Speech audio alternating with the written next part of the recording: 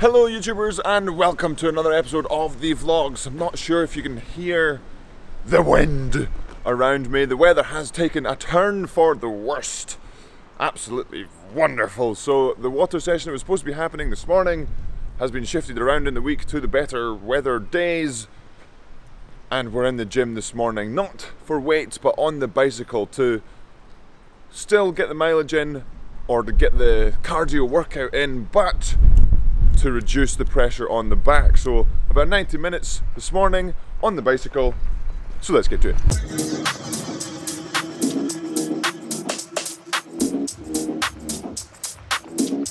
And we've made it onto the bicycle. The camera over there has died, unfortunately. But we're just finishing off the bike now. Burned just over 1,000 calories. So as always after a session, very important to fuel up. Because remember, food is fuel, so before 9 AM, burned 1,050 calories for just about 93, 94 minutes on the bicycle, covering approximately, for some reason this is in miles, so it'll be 45, 50k on the bike, heart rate around 120. But today we're talking about the World Indoor Virtual Sprints. So basically, last Friday, if you want to watch the video, did 1k on the rowing machine, submitted the score, and I came third, which is absolutely awesome. Third in the world for 1k, and my time was a 2:45.6, then there was a 2:45 point something too, and then there was a 2:41, I believe.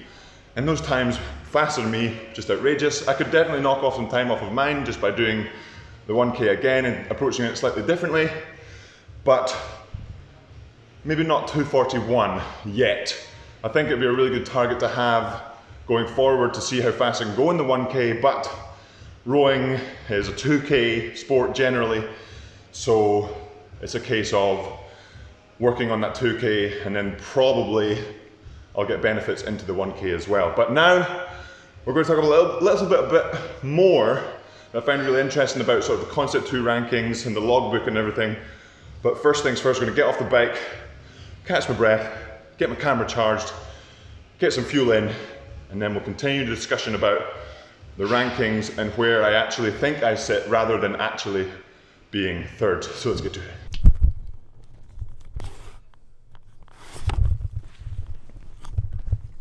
Hello, Yam. And we've made it back to the house to fuel up. We've got Yam here. If you haven't met Yam, this is Yam. Yam is a Great Dane. He is, how old are you, Yam? Yes, just about, in fact, 10 months old today. But as you saw on the computer, we're working on some new t-shirt designs.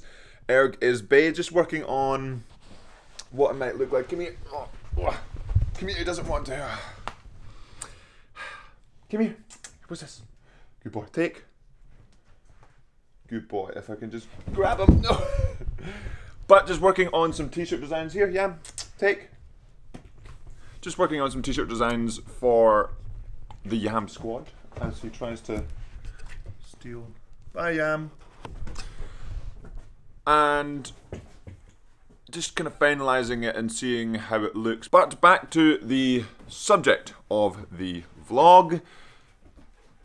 Oh, we've got another puppy here. Hello, Max. Yes, you're more affectionate than Yam.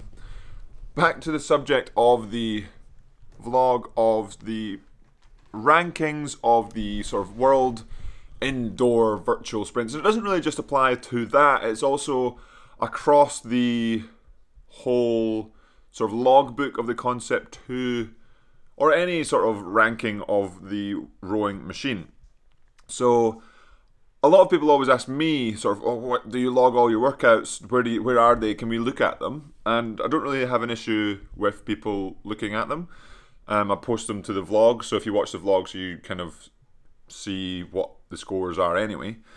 But previously, when I was on the British rowing team, we were told not to show any scores, not to post it to social media, not to post it to the Concept 2 logbook, and not really to tell anyone scores, especially when it came to sort of test days, whether it was 2Ks, 5Ks, or whatever the test may be.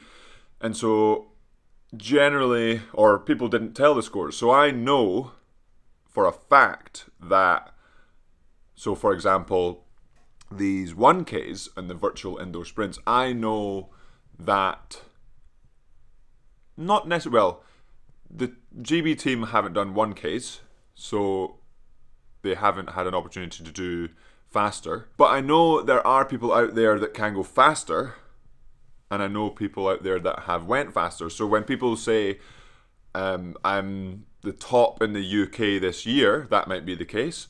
But to say I'm top in the UK, so Graham Benton has his as the UK record from 2006 for 1K. But I've seen someone go faster, or multiple people go faster than that. They just haven't submitted the score. So it's a case of what counts as the record. But like it's like I was thinking, well, say you go to a weightlifting competition and you win, but say someone in another competition lifts more. Yes, that person can lift more than you, but you still won that competition. So for the virtual indoor sprints, yes, I came third, or at least that is what it was this morning. And so I came third there. But when people are saying things like, well, you're really close to the British record, which it is, the British record is 45.2, 245.2, which is only 0.4 faster than I did last week. And I think I can probably go into the 43s just with a couple of little adjustments, maybe not going out so hard, etc. and prepping for the 1K itself. But what do you think is... So obviously people don't submit all their scores. And so, for example, like the British record, since I've seen people go faster, is the record that is shown? Or is a record that, say, for example, that I've seen? And so that's things like the British record for the 2K. I know that it's faster than what it says on the Concept 2 website. I know for the 1K it's faster. For the 5K, I think... I need to look at the 5K, but I think the 5K might have sneaked through because someone submitted it when they left the team. But it is an interesting sort of conversation. So let me know in the comments below what you think of that, and just kind of, do you think the record... So let me know in the comments below what you think. Is it a case of, well, it's their fault for not submitting the scores so it doesn't count, or something else? Because I'm erring on that side. So the record, like you're competing at a competition and you get a certain place in that competition. Those are the people that turn up. Those are the people that compete, and those are the people that get the rankings.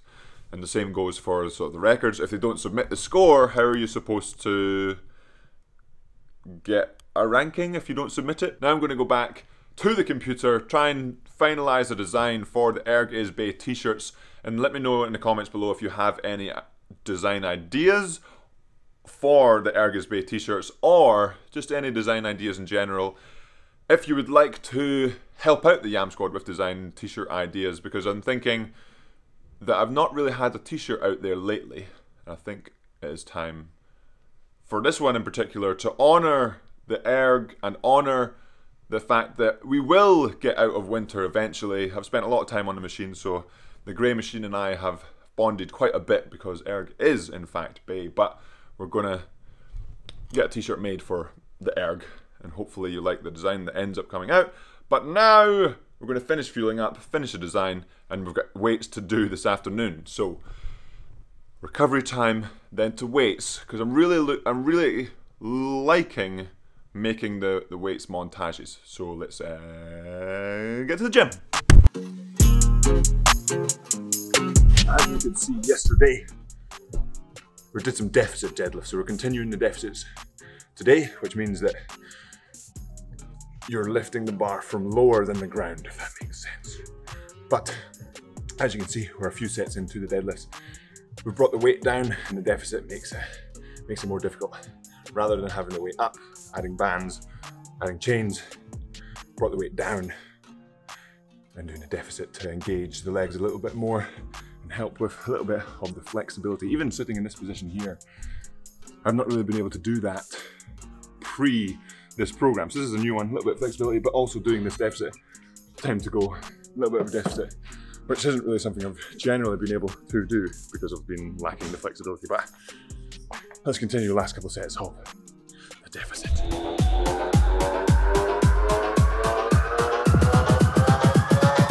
We got something in common.